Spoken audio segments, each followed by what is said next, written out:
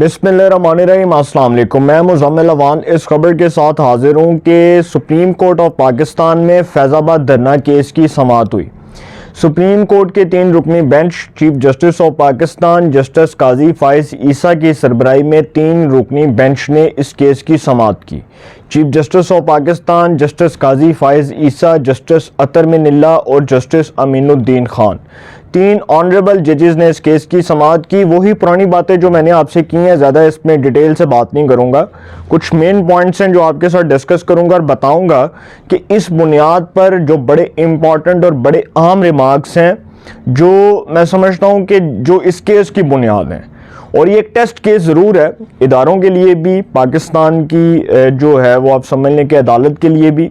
और अदालत चाहती है कि इस केस में हम मंतकी अंजाम तक पहुँचें और हम इस पर पूरा ज़ोर लगाएं। और अदालत चाह रही है कि जो भी मुतलका हुकाम है वो इतने वक्त में अपना जो काम है, जो अपना फ्रेमवर्क है वो कंप्लीट कर लें। अब अदालत में जी इस केस की समाअत हुई और इस केस की समाअत के दौरान बहुत इंतहाई जो है ना आप समझ लें कि दिलचस्प और अहम रिमार्क्स चीफ जस्टिस ने दिए हैं, ख़ास करके उन लोगों के लिए जो अब कह रहे हैं कि जी नजर सानी की दरखास्तें वापस ले लो हैं। अब 4 साल गुजर जाने के बाद, 4 साल से ज़्यादा अरसा गुजर जाने के बाद उनको याद आ रहा है कि जी जो नजर सानी की दरखास्तें वो वापस ले लो। ये कोई मजाक हो रहा है? चीफ जस्टिस ने कहा कि पाकिस्तान को बनाना रिपब्लिक ना बनाएं, पाकिस्तान को पाकिस्तान ही रहने दें भाई, पाकिस्तान को मजाक ना बनाएं दुनिया के सामने। ये अब कर क्या रहे हैं?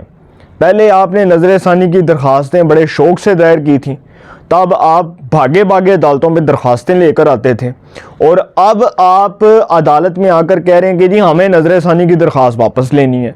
और भाई बुनियाद तो बताएं कि किस बुनियाद पर वापस लेनी है। फिर चीफ जस्टिस ने इस केस में एक जो बड़ी इंपॉर्टेंट बात की है ना, इस केस में उन्होंने सानिया 9 मई का हवाला दिया और चीफ जस्टिस ऑफ पाकिस्तान ने इस हवाले से कहा कि सानिया 9 मई जो हुआ, कौम ने नाइंसाफ़ी का खमियाजा 9 मई के वाक़यात की सूरत में भुगता। इसका मतलब कि अदालत समझती है, ऑनरेबल कोर्ट समझती है कि जो पाकिस्तान के अंदर सानिया 9 मई हुआ है और जो फैज़ाबाद धरना है, ये संगीन जराइम है।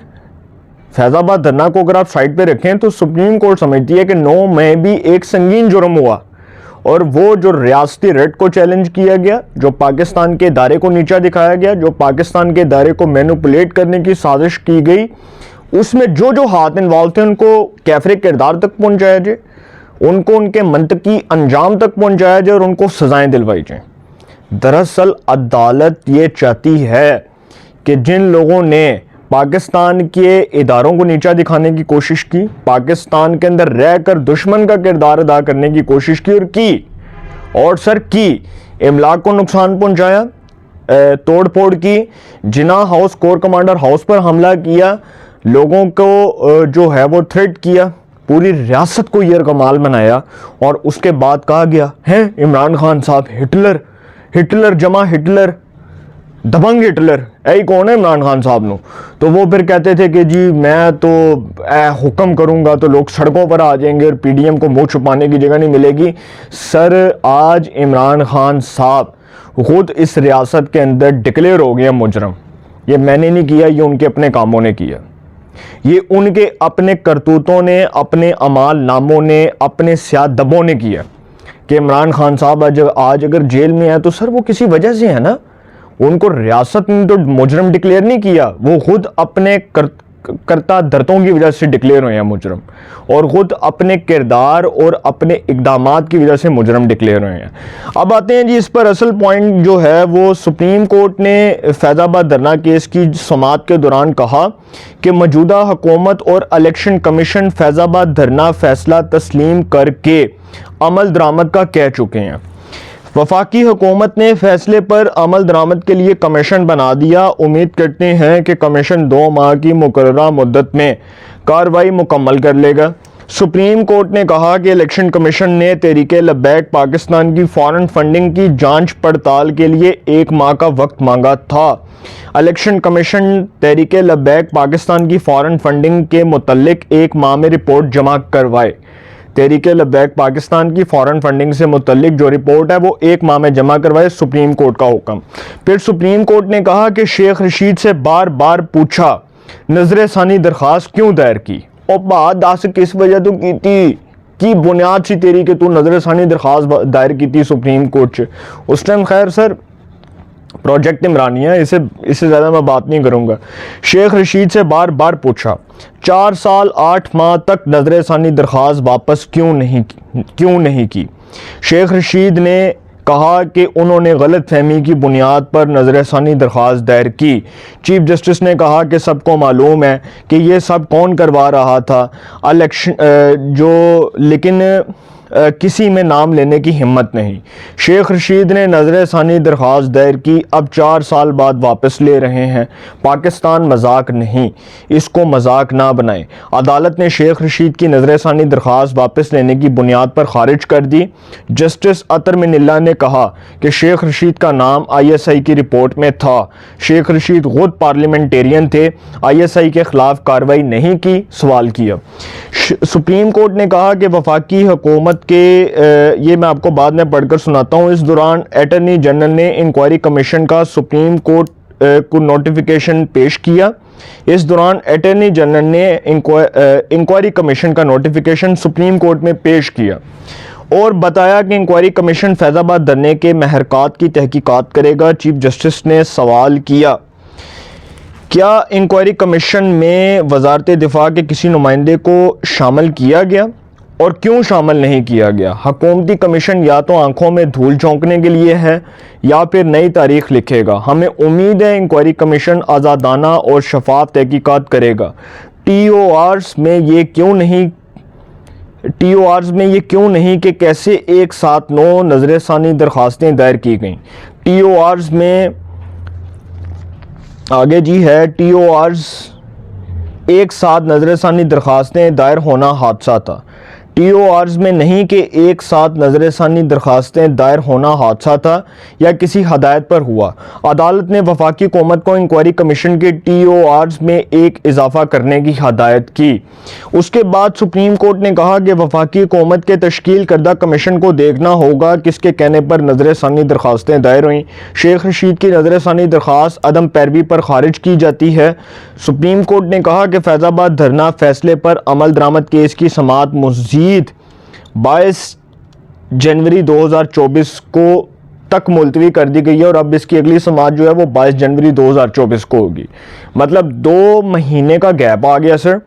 और ये जो फैज़ाबाद धरना था दरअसल ये हुआ था 2017 में। फिर बता देता हूँ, और ये उस वक्त की जो हुकूमत थी मुस्लिम लीग नून की उसके ख़िलाफ़ हुआ। और उसकी एक रीज़न भी मैंने आपको पहले भी बताई हुई है, खैर वो मजहबी रुझानात भड़काने वाली बात आ जाती है।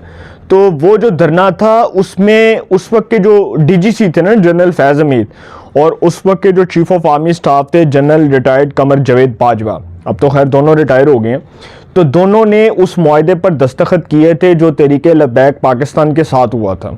और उस वक्त तहरीक लब्बैक पाकिस्तान के सरबराह थे अल्लामा खादम हुसैन रिजवी मरहूम, जो कि अब इस दुनिया में नहीं, अल्लाह ताला उनके दर्जात बुलंद फरमाए। तो अल्लामा खादम हुसैन रिजवी और पीर अफजल कादरी के उस मुआहदे पर दस्तखत हुए थे। जो मुआहदा हुआ था वो मुआहदे के अंदर गारंटर कौन थे, ये लोग थे, ये सब गारंटर थे। इधर से गारंटी दी गई कि जी ये आइंदा के बाद कुछ भी नहीं होगा, और वो धरना इस बुनियाद पर ख़त्म हो गया। उसके ऊपर मुआहदा हुआ, वो मुआहदे के ऊपर दस्तखत हुए पीर अफजल कादरी के, अल्लामा खादम हुसैन रिजवी के, और यहाँ से जी धरना चलो जी कार नो जाओ, सारा ख़त्म। लेकिन उसके बाद 2019 में सुप्रीम कोर्ट के 2 रुकनी बेंच ने chief justice of Pakistan justice Qazi Faez Isa, जो उस वक्त सुप्रीम कोर्ट के जज के तौर पर काम कर रहे थे, और एक जज थे जस्टिस मुशीर आलम, ये 2 जजेस ने फैसला दिया। जस्टिस मुशीर आलम तो रिटायर हो गए हैं, सिंध से उनका ताल्लुक था। तो दोनों जजेस ने ये रिपोर्ट में कहा था कि जो कार्रवाई होनी है हमारे सुप्रीम कोर्ट के फैसले के मुताबिक, अब हमने जिन लोगों को मेंशन कर दिया है कि ये लोग कसूरवार हैं या इनकी वजह से हुआ, इनके खिलाफ कार्रवाई करें। लेकिन सर वो कार्रवाई नहीं हुई, इतने साल तो वो केस गुजर गया। अब नजर सानी की जो दरखास्तें लोगों ने दायर की थी उस वक्त कि जी ये जो जस्टिस काजी फाइज ईसा ने फैसला दिया है इसके खिलाफ नजर सानी की दरखास्तें दायर कर दें, वो नजर सानी की दरखास्तें जिन्होंने दायर की थी वो कह रहे हैं वापस ले लो। सर होन पेटे पे आ गई हैं, उल्टा बह गया ना, गले पड़ गई वो चीज़ कि जिन्होंने बड़े शौक से पहले नज़र-ए-सानी दरखास्तें दी हुई थी, अब उनको समझ आ रही है कि जी वो नज़र-ए-सानी दरखास्तों पर अगर अमल दरामद हो गया तो सर वो लोग तो गए जिनके खिलाफ अदालत का ऑर्डर है और अदालत ने जिनके खिलाफ फैसला दिया है, फिर हम क्या करेंगे। शेख रशीद साहब सोची पै गए और शेख रशीद साहब जड़े ने होन सोच रहे ने यार उनकी करिए। तो अब सर नज़र-ए-सानी की जो दरअसल दरख्वास्तें हैं वो इस बुनियाद पर वापस ली जा रही हैं कि सुप्रीम कोर्ट में इस केस को मज़ीद ना चलाया जाए और इसलिए सब ने नज़र-ए-सानी की दरख्वास्तें वापस ले लीं। अफसार आलम जो चेयरमैन पैमरा थे उनका भी बयान अदालत में रिकॉर्ड हुआ, उन्होंने भी अदालत में बड़ी इंपॉर्टेंट बातें की। वो पाकिस्तान के एक बड़े सीनियर जर्नलिस्ट हैं और उन्होंने भी बताया कि उन पर क्या उस वक्त जो है वो उन पर क्या बीती या उनके ऊपर कितना कोई मुश्किल वक्त था। तो सर ये जो केस है इसकी मज़ीद समाअत 22 जनवरी 2024 को होगी। उससे पहले ये केस मुलतवी हो चुका है, समाअत मुलतवी हो चुकी है और 2 महीने का टाइम पीरियड आ गया है। देखते हैं जी 2 महीने बाद क्या होता है, कोई खड़ाक होता है या इसी तरह ये केस आगे चलता रहेगा। क्योंकि अगर पाकिस्तान में एक मिसाल कायम हो जाती है तो सर फिर मैं समझता हूँ कि जस्टिस कादी फ़ाइज़ ईसा साहब ने उनके जेस्चर्स को कभी भी जज ना किएगा। वो एक बड़े दबंग जज हैं और जब उन्होंने फ़ैसला देना है तो आइन और कानून के मुताबिक देना है। वो किसी के साथ नहीं है, वो सिर्फ आइन और कानून के साथ खड़े हैं और उन्होंने फ़ैसला कर लिया है कि उन्होंने फ़ैसला मेरिट पर देना है, चाहे वो उनके अपने इदारे के अंदर से हो या कोई भी हो। खुद एहतसाबी का अमल उन्होंने कहा कि हमसे शुरू करें, अगर हमसे शुरू करना है हमसे कर लें, लेकिन भाई फ़ैसला आइन और कानून के मुताबिक आना है, किसी की मर्ज़ी और किसी की मंशा पर नहीं आना। अपनी राय का कमेंट्स में ज़रूर इज़हार कीजिएगा। इंशाअल्लाह एक नए सेगमेंट के साथ फिर मुलाकात होगी। अपना बहुत ख्याल रखिएगा। आला निगहबान।